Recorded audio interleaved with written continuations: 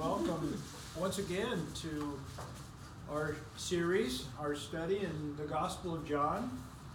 We are wrapping up the encounter of Jesus with Nicodemus in chapter 3 of the book.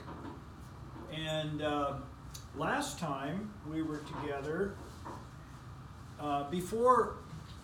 today we're going to be looking in detail at verses John 3:16 through 21. And of course, John 3:16 is one of the top 5 verses quoted. And but anyway, we're going to put that along with the rest of that passage in context. But before we look at that, last week, what I wanted to do is trace Nicodemus's journey through the book, through the Gospel according to John, and how John is using this to tell a story. Nicodemus is mentioned 3 times in the book, and we looked at all 3 times last week. And every time, this is the initial time, and then the other 2 times, John points to this time. So John is referencing and telling a story, and I think there's a story for us to learn in this. Now, what we're going to do today is now look at detail at this text in light of this overview that we looked at last week. So here I've got it kind of written out much shorter. Last time we followed the story of Nicodemus through the remainder of John's gospel account. We concluded that John was intentional about telling this man's story. And what I'm stating there is in reference to, in the other 2, in the second 2 instances, John refers back to this. So he's trying to get a point across. And he's telling the story of how Nicodemus came to faith, and what is pretty obvious to us all is that Nicodemus came to faith in a process over time. And I think that has bearing on what we read about this morning in 16 through 21. So we're going to look at that, and if someone could read that text, John 3:16 through 21. For God so loved the world that he gave his only begotten Son, that whoever believes in him shall not perish, but have eternal life. For God did not send the Son into the world to judge the world, but that the world might be saved through him. He who believes in him is not judged. He who does not believe has been judged already, because he has not believed in the name of the only begotten Son of God. This is the judgment, that the light has come into the world, and men love the darkness rather than the light, for their deeds were evil. For everyone who does evil hates the light, and does not come to the light, for fear that his deeds will be exposed. But he who practices the truth comes to the light, so that his deeds may be manifested as having been wrought in God. All right, thanks, Dave, for reading that. And we're going to go through verse by verse or section by section and just look at it,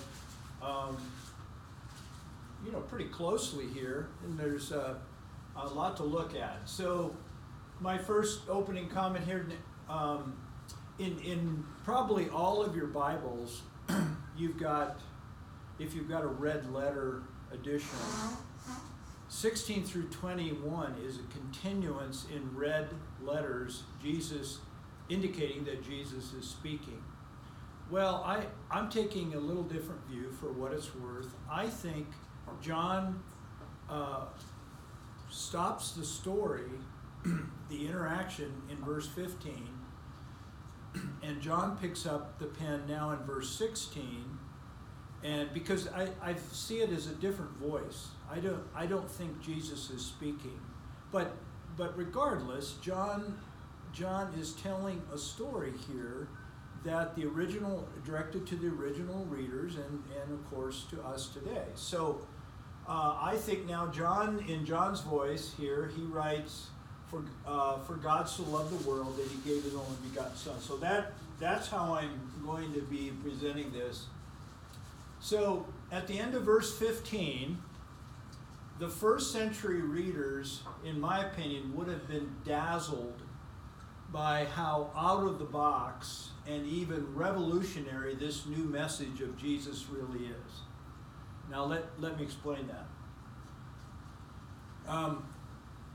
Nicodemus, now, who represents the religious cream of the crop, and I introduced this a couple of weeks ago, through our lenses, we transpose black hats on these guys called Pharisees, because we know we've kind of cast them as those who are opposing Jesus, which is true, they will, in the book, but not yet. It's kind of happened, but it's going to happen more. But to the people, to the commoners of this day, these people were the people who were the spiritual people, though they were trying to do what they felt was right. Now, these readers would have been familiar with the Sadducees, and what we know about the Sadducees, they represented the aristocracy, the religious aristocracy, and they were the ones that controlled the temple, the upper class people, and kind of the pious individuals, and the commoner really couldn't relate to them. Plus, the Sadducees did not. It's clear that they did not believe in a resurrection, which was kind of a developing idea at the time. These readers would have known about the Essene people, and the Essenes were another Jewish sect that believed that they were waiting for the Messiah and in an apocalyptic event, and they were the guys that lived out in the desert. Those of you who've been to Israel visited Qumran. Well, these were the Essene communities, one of which, and they were separatists, very separate community. Well, so there's two major groups. Well, the third were the Pharisees. And the Pharisees were the ones who took the Old Testament Torah, the law that we have as part of our Old Testament, and they reinterpreted that and applied it over time, which eventually developed what is called the Talmud and the Mishnah. We're going to look at a reference out of there. They were the ones that brought the text, brought the word to the people. They were commoners. They were very devout and very religious in their beliefs, and they took the scriptures seriously. And what developed over, and then they were the ones who developed the whole synagogue idea. Especially after the destruction of the Second Temple, as this idea developed. It were the Pharisees that went on to really define Judaism as it is today. So that's really important, and as we view it. So Nicodemus is this very devout religious leader in Jerusalem, and John tells the story about how he came to Jesus at night, and the story. Here he has this encounter with Jesus, this new voice on the street, and through this guy that should really be in tune with what spirituality really is, he walks away confused. If Nicodemus didn't get it, and so that is important, and then. To the early readers, this story is clearly what John has just finished in verse 15. It's clearly not religious business as usual.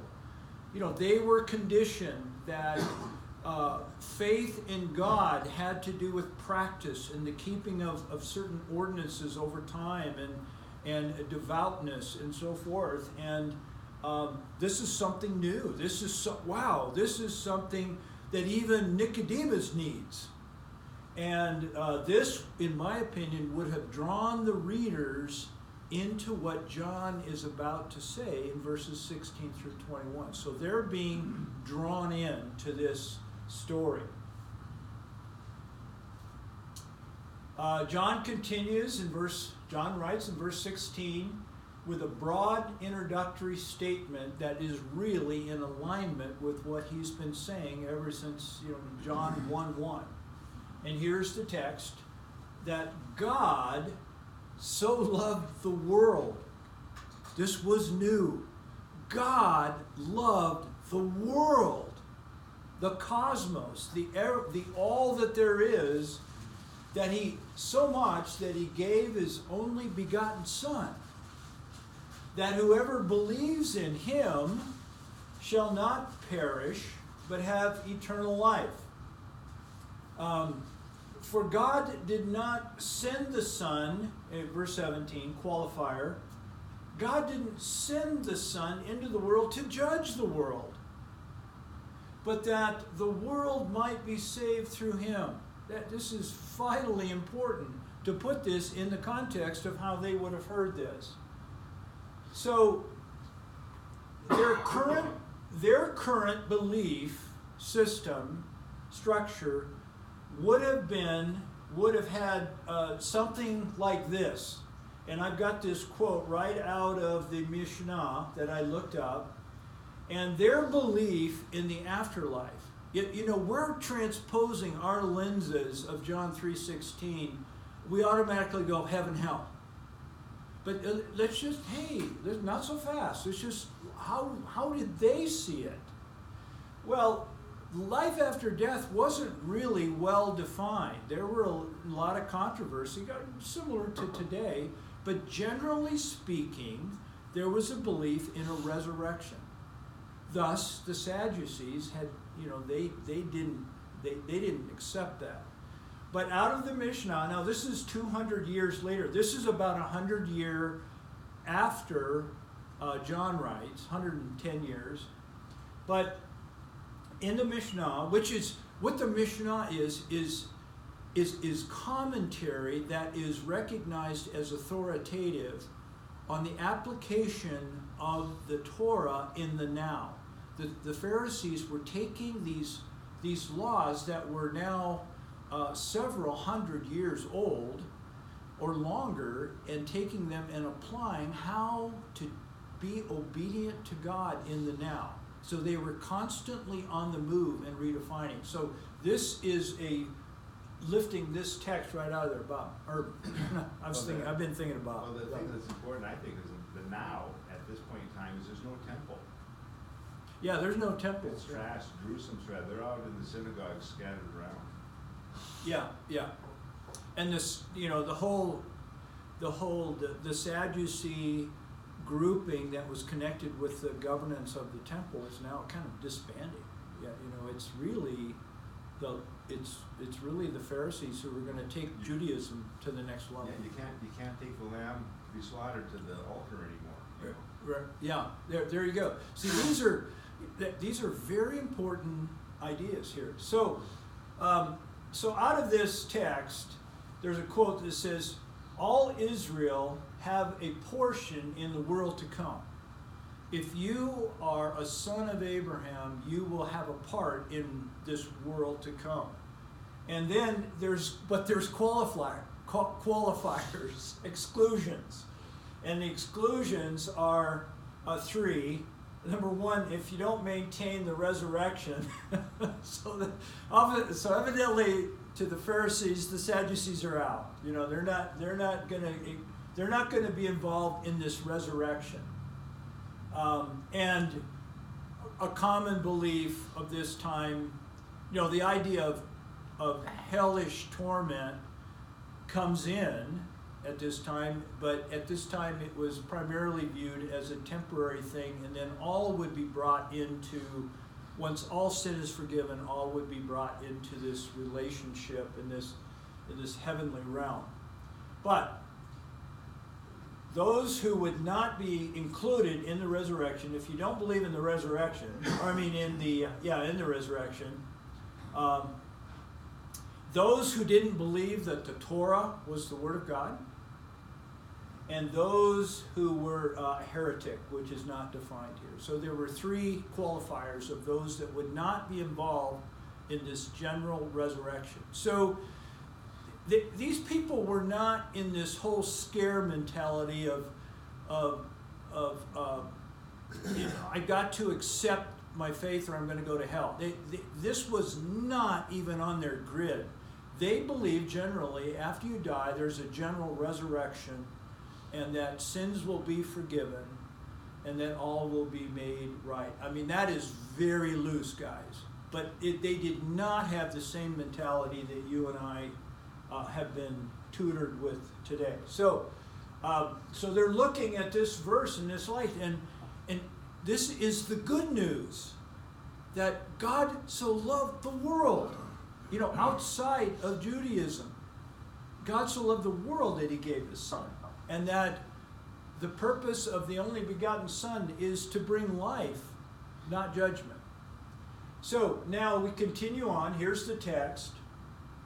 And to get a little more detail, John states, and what he states in this verse is an exact correlation to what his whole book has been about up to now.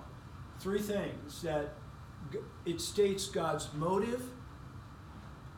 From the very beginning, the Word has been speaking and reaching out. From the very beginning. God's intent is towards all of the world. It's comprehensive. And the means and the methodology that God is using is now through, he's given the eternal Word a face. And that face is Jesus Christ. It's through the person of Jesus Christ, the only begotten Son, who is the answer, to all that there is. And that's what John is stating here. So, with the immediate story again in mind, John states, now we're going on to 18, that unbelief in the only begotten Son results in a remaining within a judged state. And he says, he who believes in him, the only begotten Son, is not judged. But he who does not believe, and we have to look at Nicodemus. Nicodemus went away in apparent unbelief. So at this state, Nicodemus, in their minds, would have been, he's remaining in this judged condition of which he came to Jesus in. Because he has not believed. We are judged, we remain in this judgment because of unbelief in the only begotten Son of God. That's what this text is saying to the first century readers. But as we know by the rest of the book, it's not over for Nicodemus. This would have communicated that no one is exempt from God's invitation to believe in the only begotten Son of God. Our minds tend to go to heaven, hell very quickly. But what I think this text meant to the original readers, it's an invitation for all. And in fact, the religious status, Nicodemus, who was a devout guy, has no merit. And may even create barriers. Now this is where it starts to get home to us. Religiousness can actually create barriers to receiving God through Christ, and God's gift. So he goes on.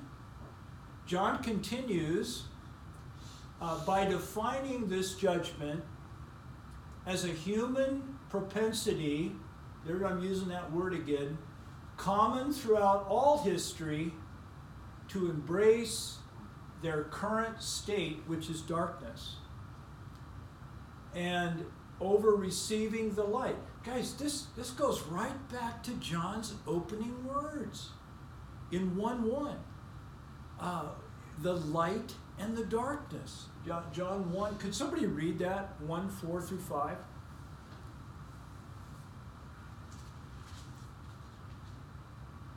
Nicodemus said to him, how can a man be born when he is old?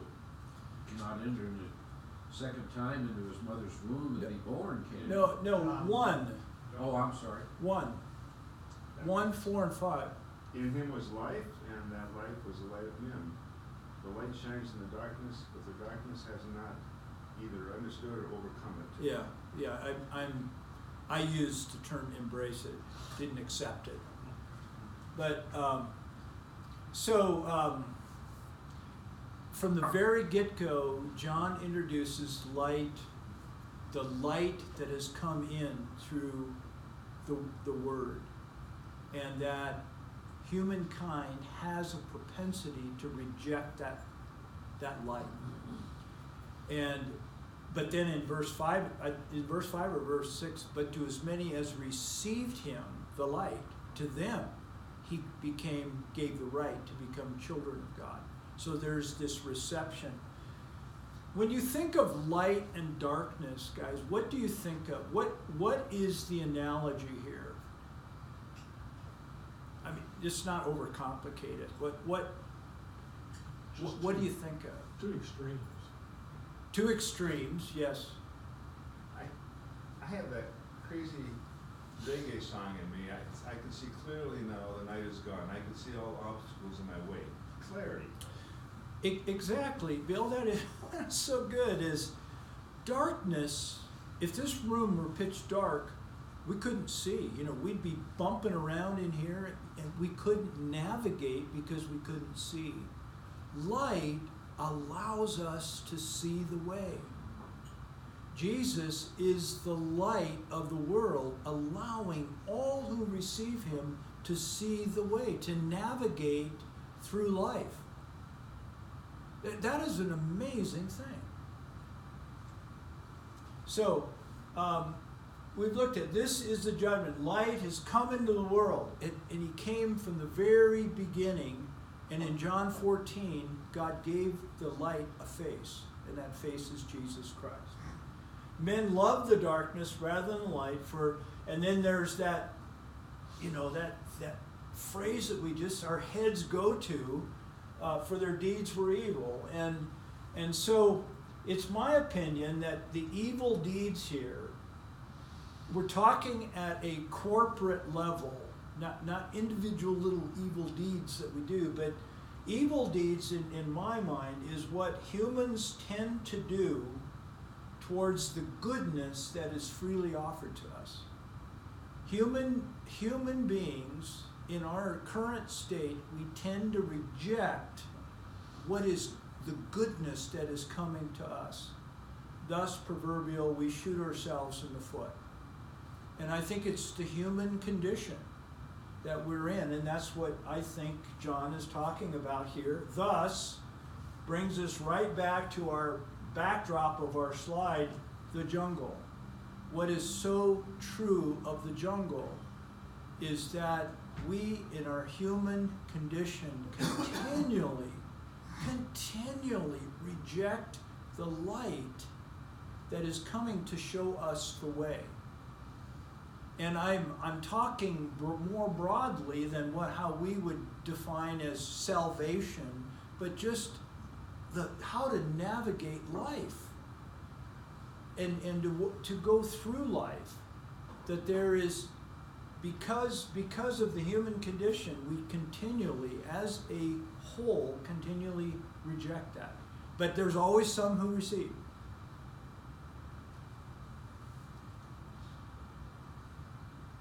John wraps up his thought with a contrasting summary statement.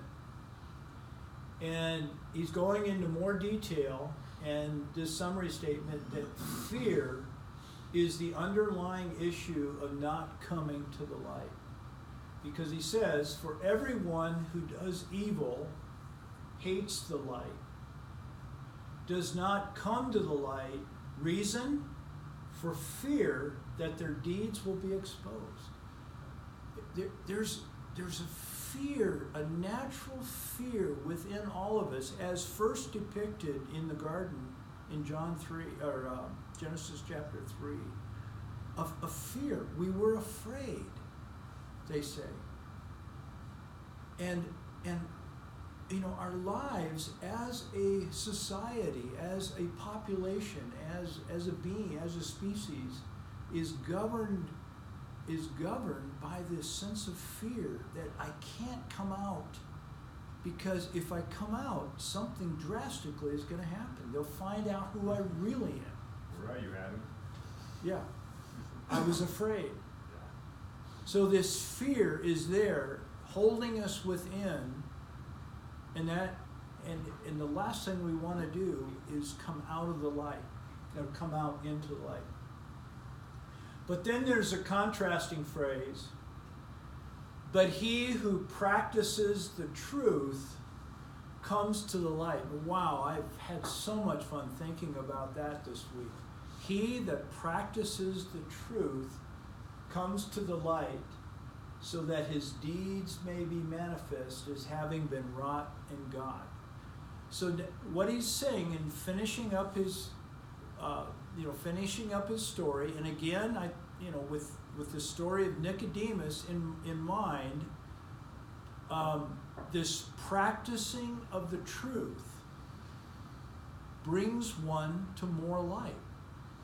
Dave. In that verse 21 on Bob Lumansky.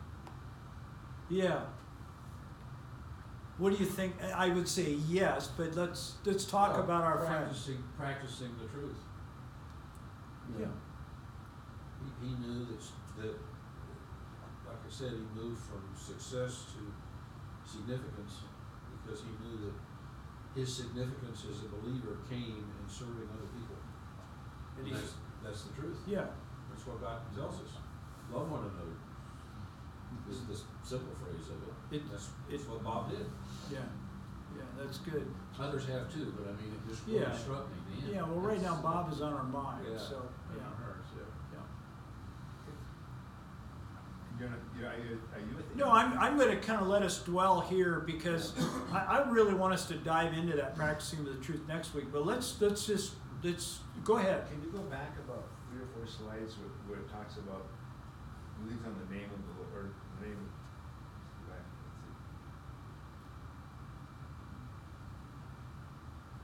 Let's see. Which one? Well, it's 18. 18? Let me see. About evil deeds? There it is.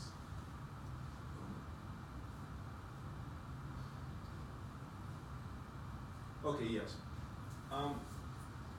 What catches me, and it's been one of my own personal epiphanies I'm wrestling with now, is the idea of a name. And it says there, because he's not believed in the name of our only begotten Son of God. So it isn't that they don't believe in the phonic Jesus or Jeshua. It's that the name represents the character. Oh, yeah. And all that stuff. And so they didn't get the character of the Son of God right. They had an idea what the character of the Messiah was supposed to be. And this says, if you don't get that right, you're going to be in darkness. And you come to, and so Jesus' character didn't conform to their idea of a Messiah. So they either had to stick with their idea of a Messiah, or they're going to have to change the whole template and move towards a new idea. And I think that's huge here. And John's baptism, repentance, was a big piece of that. So yeah, there's a laying, especially with Nicodemus, there's a laying aside, there's a laying down, so something new can be brought in. right. And that laying down is very, very difficult. Our categories are so ingrained, cemented the way we think. We think the way we think. Right. And to lay that aside is very difficult. In a way, I'd say I believe in Jesus. Well, what do you believe in Jesus? Well, I believe he died for sins so I can go to heaven. That gives me my ticket out of here. Be careful about grabbing that one. You know, if you're using Jesus as your ticket out of here, you may not really be believing in Jesus. Yeah. Okay. Somebody had a hand back in here. Several years ago, I was having just a happenstance conversation with a person I did not know. We were just visiting back and forth, and some spiritual things came up, and sharing a little bit of my faith. And he says, "You're really a religious person, aren't you?" And I said, "Oh, I hope not, but I do see the light." And that stuck with me. I didn't pre-think that; it just came out. because I suddenly realized that what he was hearing was perhaps a list of things or positions or whatever Yeah, that was filtering maybe what he was really needing to hear, yeah. I hope. So suddenly I said, tried to put the religious thing down, Yeah. and then we talked about what does the light mean, and this was part Oh, of what yeah. we discussed. Yeah.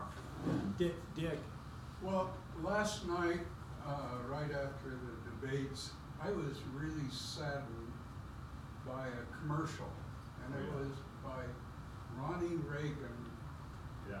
the president's son, and he was advertising freedom from religion. And in the end, he had this big smile on his face, and he said, I do not fear burning in hell. And he was mocking, really, the believers, I think. And it was wow, really yeah, that's, disturbing, yeah, it's and interesting. especially to follow the Democratic. Yeah, they knew that. That was disturbing enough. That's part of their mentor. So I gotta add this, that I guess we have to pray for him. Yeah. Gee whiz. I gotta go back to mention that country music special. They talked a little bit about how Hank Williams' life was spiraling downhill, and he was in a bar, and his mother went out and picked him up one night, to bring him home. And he had fallen asleep from his hangover, and he was coming to, it was so dark out. His mother pointed to a airport beacon light, said, near his house, says, we're almost home, Mike. There's the airport beacon. He kind of looked up and looked over the, I guess, the front of the car seat Huh. and saw it. And in the time between that and when he got home, he penned the song, I Saw the Light. Which Oh, became a really? staple in churches for a long, long, long time. Really interesting. I saw the light, Yeah. I saw the light. I thought, wow, you know, he was a complex man.